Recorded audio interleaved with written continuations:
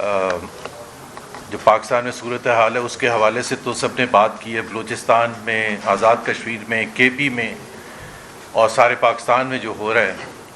اب اس کا ایک بہت ہی جو سب سے زیادہ میرا خیال ہے امپیکٹ ہے، کیونکہ سب سے امپورٹنٹ جو پاکستان میں سٹیک ہولڈر ہیں وہ پاکستان کے عوام ہیں.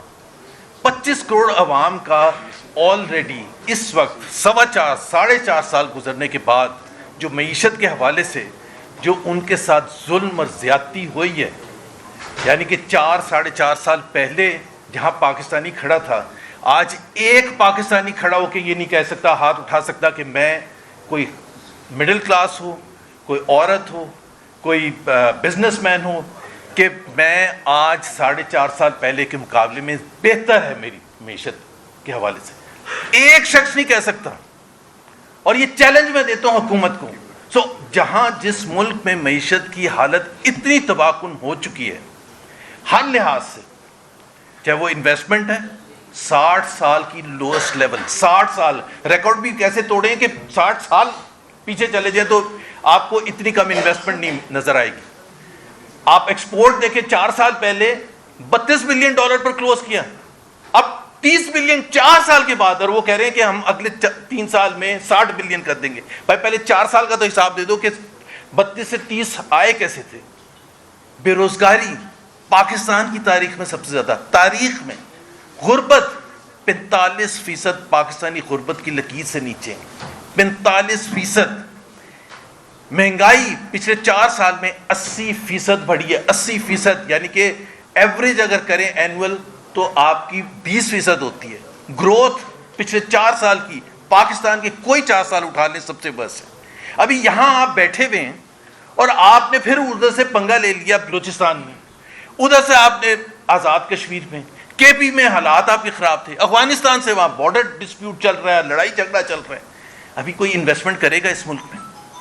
SIFC بنے ہوئے بھی 3 سال ہو چکے ہیں، آپ 2 اور SIFC بنا لیں، کوئی انویسٹمنٹ نہیں آئے گی، کوئی ایکسپورٹ نہیں بڑھے گی. امریکہ کے ساتھ تعلقات زبردست ہو گئے، زبردست ہو گئے. جتنی دفعہ تعریفیں پاکستان کی امریکی صدر نے کی ہیں آج تک میرا خیال ہے 80 سال میں نہیں ہوئی تھی. نتیجہ کیا ہے؟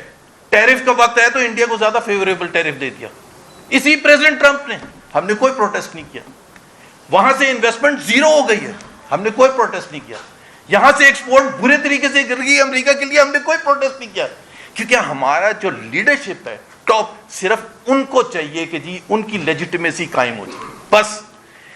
25 کروڑ عوام کے لیے یہ جو کچھ ابھی بلوچستان میں ہو رہا ہے، جو آزاد کشمیر میں ہو رہا ہے، جو کے پی میں ہو رہا ہے، اور جو دوسرے جو فیصلے ہیں، بجٹ جو آئے، اس کے نتیجے میں یہ جو سال ہے اس میں مزید غربت بڑھے گی، اس میں مزید بے روزگاری بڑھے گی، اس میں مزید مہنگائی ہوگی، اس میں گروتھ کا اور برا حال ہوگا.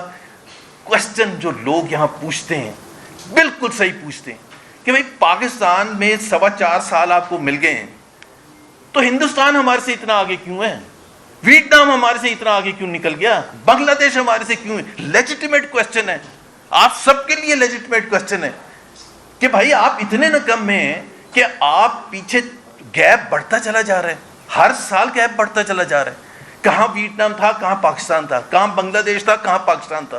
آج پوچھ لیں جا کے کسی دنیا کے کوئی انڈیکیٹر. اور سب سے خطرناک بات جو آپ ہیومن کیپٹل میں انویسٹمنٹ نہیں کر رہے ہیں. 0.8% پاکستان کی تاریخ میں اتنی کم کبھی بجٹ میں نہیں رکھا گیا تھا ایجوکیشن اور ہیلتھ کے لیے. 0.8%. نتیجہ کیا ہے؟ ان پڑھ لوگ، ہیلتھ وائز انہیلدی لوگ، تو ان کا کیا فیوچر ہے؟